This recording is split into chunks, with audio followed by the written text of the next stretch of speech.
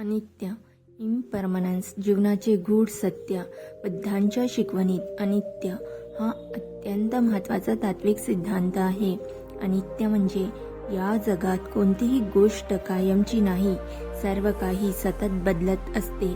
मनुष्याचे जीवन, नाती, संपत्ती, शरीर, विचार सर्व काही बदलत राहते. हा बदल समजला तर जीवनाचे अनेक दुःख आपोआप कमी होतात. संदर्भ संयुक्त निकाय. जीवनातील प्रत्येक गोष्ट बदलते. जर आपण आपल्या आयुष्याकडे पाहिले तर एक गोष्ट दिसते. आज जे आहे ते काल नव्हते आणि उद्या कदाचित राहणारही नाही.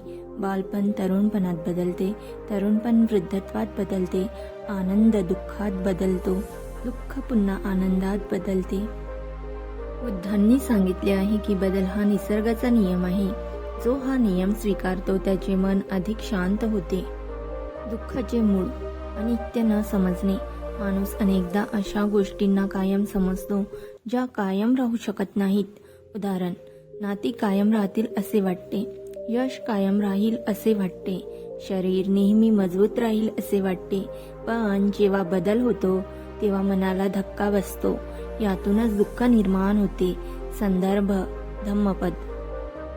अनित्य समजल्यावर जीवनात काय बदलते? जेव्हा माणूस अनित्याचा विचार मनापासून समजतो तेव्हा त्याच्या जीवनात मोठा बदल होतो. तो यशात गर्व करत नाही, अपयशात निराश होत नाही, नात्यांना जपतो पण आसक्त होत नाही, वर्तमान क्षण अधिक जागरूकपणे जगतो. यालाच बुद्धांनी समत्व म्हटले आहे. संदर्भ अंगुत्तर निकाय. निसर्गातून अनित्याचे उदाहरण. निसर्गाकडे पाहिले तर अनित्य सहज दिसते. फुले उमलतात आणि कोमेजतात, ऋतू बदलतात, दिवस रात्रीत बदलतो. निसर्गाला या बदलाबद्दल दुःख नसते, कारण बदल हा त्याचा स्वभाव आहे. माणूस मात्र बदलाला विरोध करतो आणि तिथेच दुःख सुरू होते. बुद्धांचा अंतिम संदेश. बुद्धांनी सांगितले, जे काही निर्माण झाले आहे ते नाश होणारच आहे. ही गोष्ट दुःखद वाटू शकते, पण प्रत्यक्षात ती मुक्तीची सुरुवात आहे.